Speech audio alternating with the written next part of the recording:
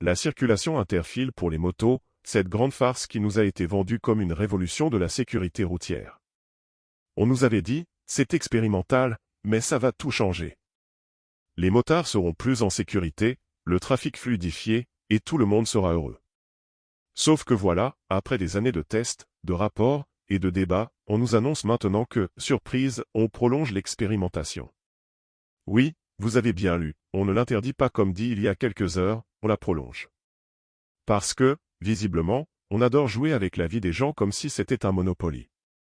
L'article du Midi Libre nous explique que, malgré les promesses d'une interdiction imminente, les autorités ont décidé de donner un peu plus de temps à cette pratique. Pourquoi?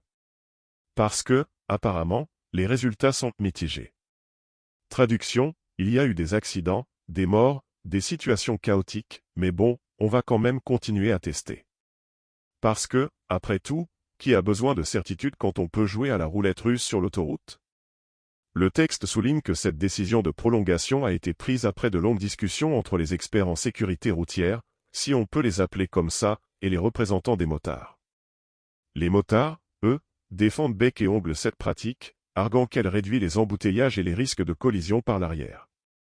Sauf que, dans les faits, les chiffres montrent une augmentation des accidents graves. Mais bon, pourquoi se fier aux statistiques quand on peut écouter les lobbies? Et puis, il y a cette fameuse logique de sécurité routière qui revient comme un mantra. On nous répète que tout cela est fait pour notre bien, pour protéger les usagers de la route.